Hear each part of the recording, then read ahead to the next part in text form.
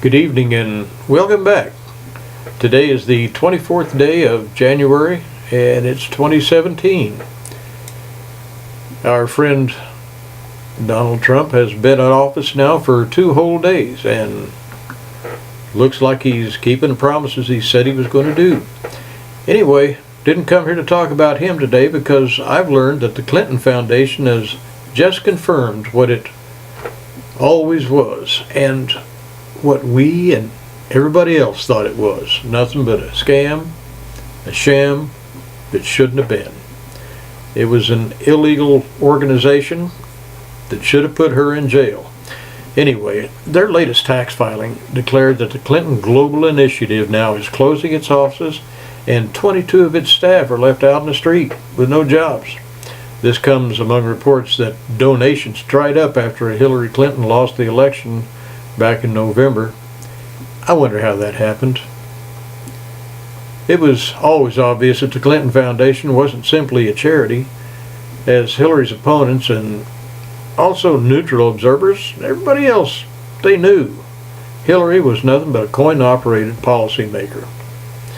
And the Clinton Foundation and CGI were toll collectors for access to her State Department and a future Clinton administration.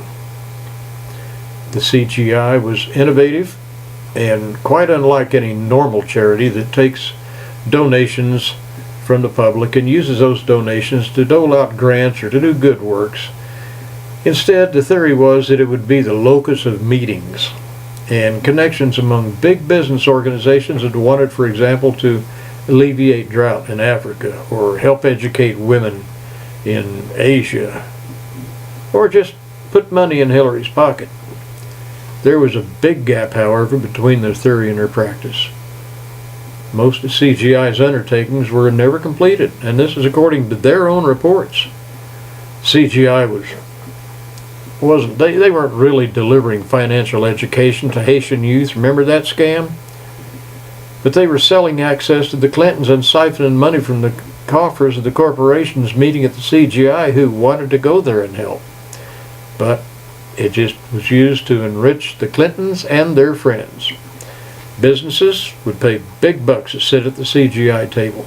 And that's a small price in exchange for intimate access to the Secretary of State or husband or daughter and longtime advisors and aides.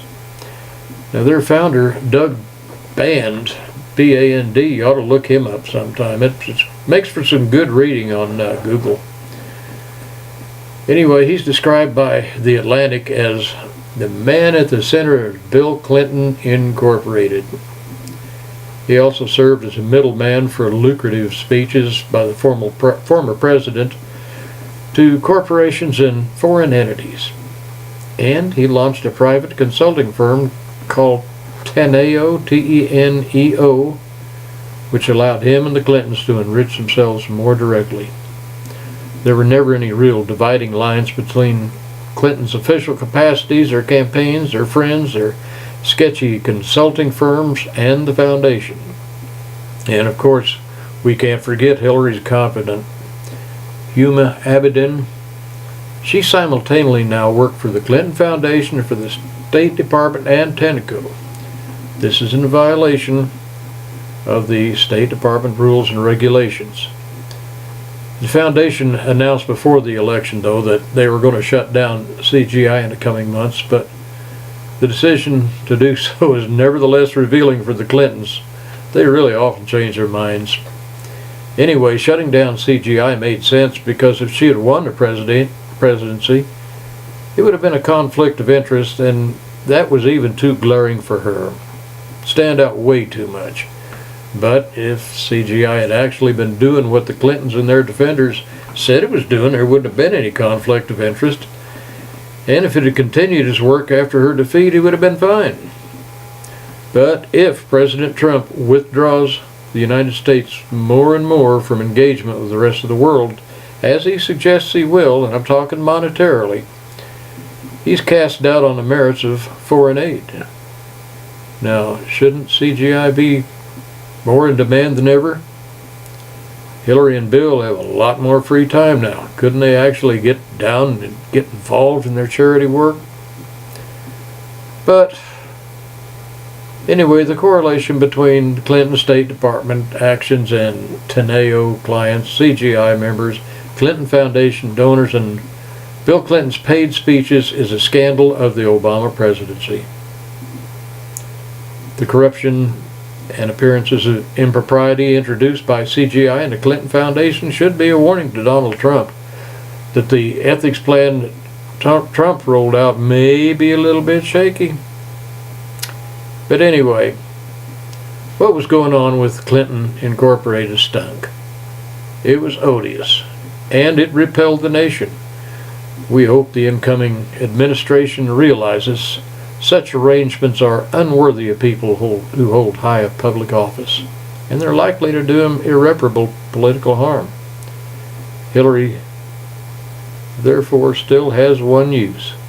She shows what happens to politicians when they corruptly mingle their public duties with personal enrichment. She is thus a memento mori for Trump. Anyway, my thought for the day. I hope you enjoyed. Hope you're glad to see the Clintons gone. I'm hoping you're glad that Mr. Trump is in there. I need to see what hat he's got next. I had to put away my other hat. It'll be in the archives, so if you see one you like, send me a picture. We'll get one. Anyway, you have a great day, and come back and see me.